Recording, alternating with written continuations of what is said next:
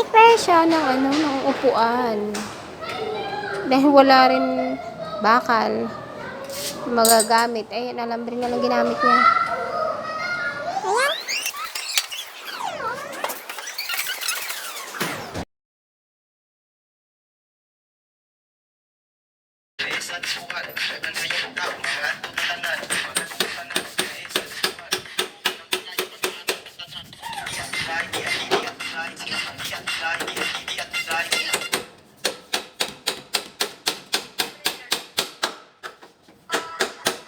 Guys, nandito pa rin kami sa school. 5:45 PM na po. Ayan.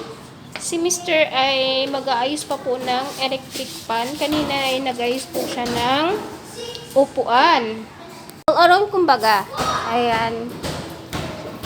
Tapos ng upuan, electric pan na naman ang kanyang inayos. Ayan. Ito na po yung final. Ayan. Napinturahan na rin yung grills. Yung dingding o pader, ayan, napinturahan na rin, malinis na rin.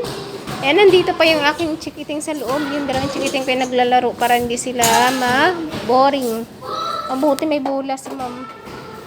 Ayan.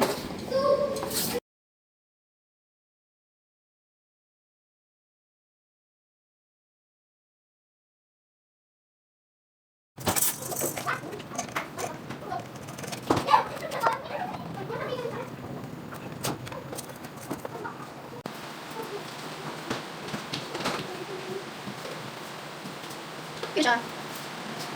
Ay, mali na.